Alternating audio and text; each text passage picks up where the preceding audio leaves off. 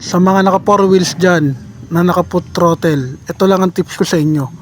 Huwag kagad kayo papayag na palitan tong foot throttle kasi matibay to. Ito yung magnet nyan. Nandyan yung sensor nyan sa gitna. Minsan, pag mabagal ang takbo mo, lilinisin mo lang yan kasi puro alikabok yan. Ang issue pala nito, naputol yung wire ng foot throttle nya. Ayan. Buti hindi siya pumayag na palitan yung foot throttle kasi nare-repair pa to. At pwede pa itong tumagal ng matagal bago palitan ng bago, or yung sensor lang ang papalitan. Yung sensor niyan, yung may tatlong wire na chip, whole sensor din pala yun. Ito, nahihinang na natin, napalitan na natin ng bagong wire. Ito, i-testing natin.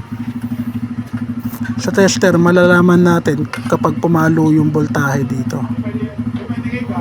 Ayan, pumalo, umandar na rin yung gulong. Ibig sabihin, okay na yung sensor. Nalinis na din natin pala ito at na-align. Kaya kung gusto mong matuto ng basic repair at maintenance ng e-bike mo, follow ka lang sa page namin sa Chippy Works. Nag-home service kami sa Rizal area at kalapit na lungsod.